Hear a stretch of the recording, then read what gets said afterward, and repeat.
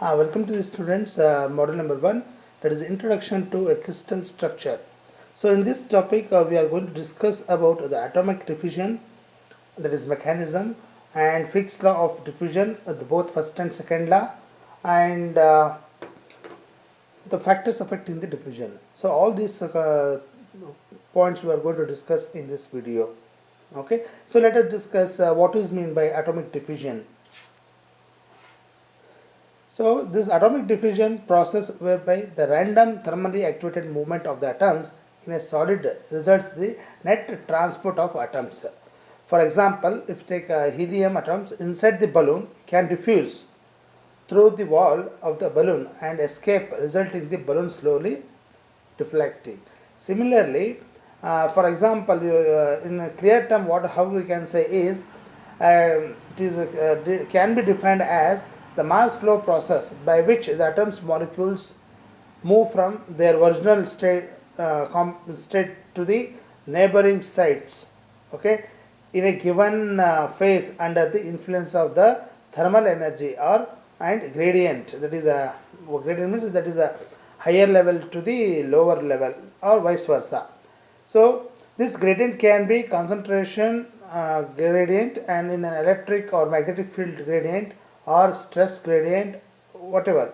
So discussions are made in this present topic. Actually what it is, only the mass flow under the concentration gradients only, that only we are going to discuss. Okay, and also it will be refers to what we call the movement, as we discussed, that the movement of the atoms or molecules in a solid. So the atoms in its normal position in the crystal structure, it will be not be stable. Okay, instead of it will be vibrating rapidly about its lattice position within the crystals. Okay, so thermal energy derived from these atomic vibrations are responsible for the diffusion of the atoms. So consequently, the atoms are jumps from repeatedly from one place to another place randomly. Okay, from original state to the neighboring sites. So this activity occurs more easily and rapidly at a higher temperatures, where the atoms are found to be vibrating strongly. Okay, this is about the atomic diffusion. So next, usually if this movement is from one element is to another, example, so copper to nickel, then it is termed as interdiffusion. Okay, if the movements is within the similar atoms as in pure metals, it is termed as self diffusion. So if it is the same metal, it is jumping from one side to other sides, we call it as self diffusion. Whereas if with different molecules, so that is we call it as interdiffusion. So this process mass transport by atomic movement under the influence of the thermal energy, as we already discussed.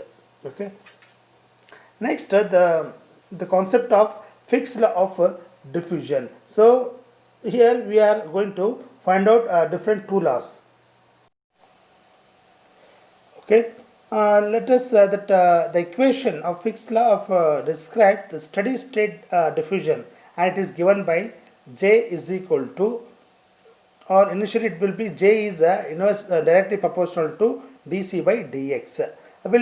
What it is actually the term gives, we will discuss. So the basic mathematical expression for governing the diffusion are known as Fick's law. Okay, this Fick's law gives a law of diffusion. There are two types. One is first law and second law. The first law, what it describes, it is the flow under steady state conditions. Another one is describes non-steady state. One is steady state, another is unsteady state or non-steady state condition. Okay, so for this first law state that the flux of atoms, that is J, moving across a plane, a unit area in unit time is proportional to the concentration gradient, as we have discussed now. Only the concentration gradients, that is dc by dx. Okay, that is what Fick's law. So this J is directly proportional to its dc by dx. See, in what we can say, the molecule of atoms, it is randomly moving to the jumping or from a neighboring state. So it happens in a uh, high temperature range of molecules. Okay, where in this equation that is J is nothing but flux used to quantify how fast diffusion is going to be taking place. So that can be measured in terms of atoms per meter square second.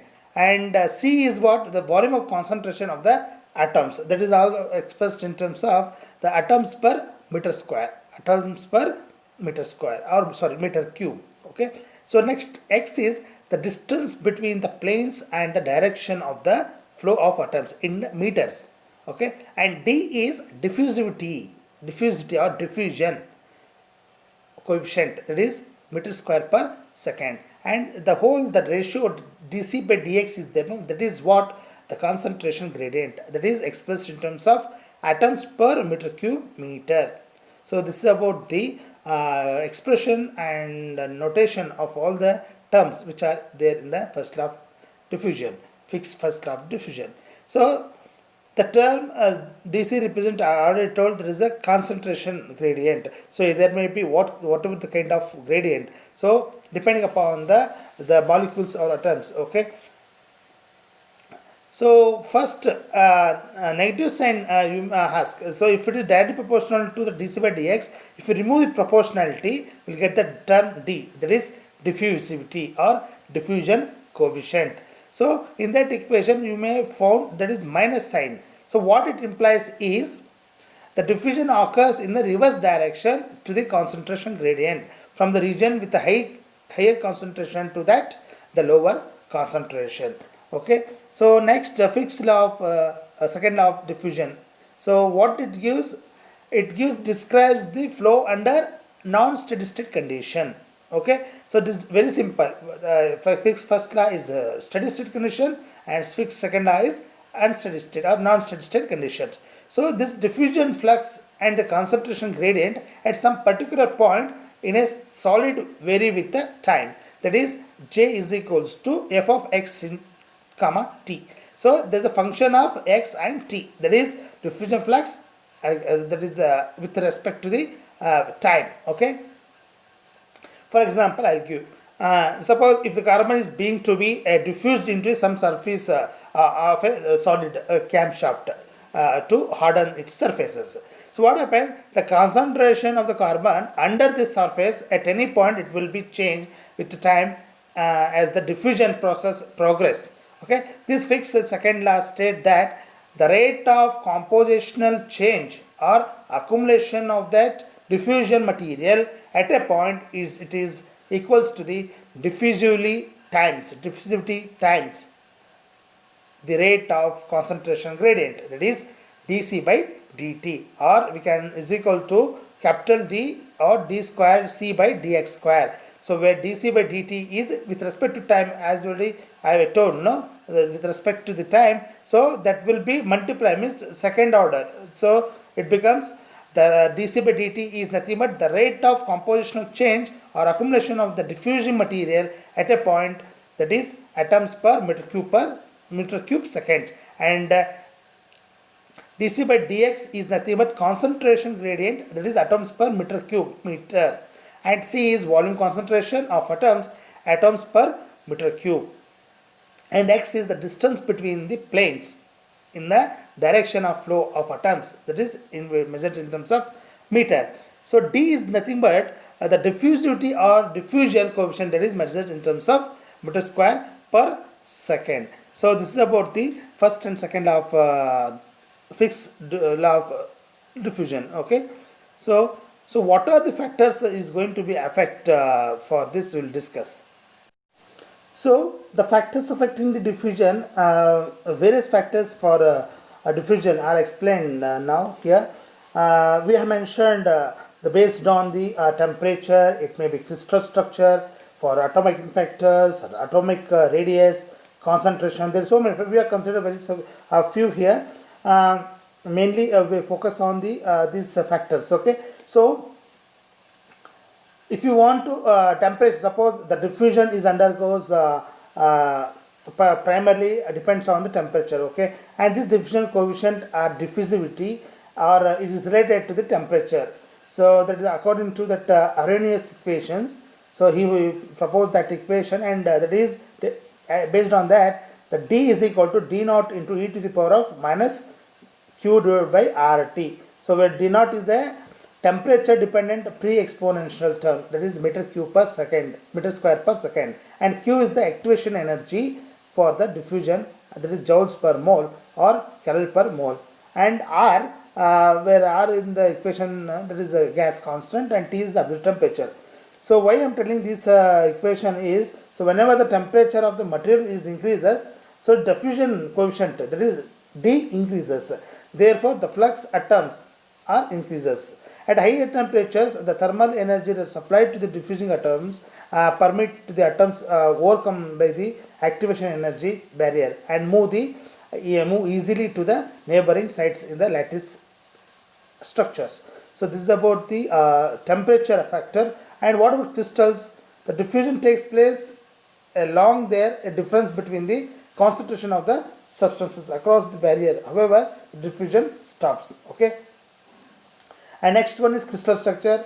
If you consider for the crystal structure, it is with more imperfection allow diffusion to take place at faster rate than those with lesser imperfection. Okay, and atomic packing factor, for example, high packed crystals have low diffusivity. Example for FCC is 0.74. You know that. Greater than that of BCC. Okay, BCC is very less atomic packing factor. That is 0.8. That is 68. Okay, therefore FCC crystals structure have low diffusivity than BCC structures. And atomic radius. This atomic radius exhibits a higher diffusivity because there is having a larger radius. For example, if you take carbon atoms having a smaller atomic radius, the 0.071 mm, but can be diffused easily into the iron when it is compared to the silicon atoms having the comparatively larger atomic radius, that is 0.117 meter. So this is about the factors based on the atomic radius. And last one is concentration.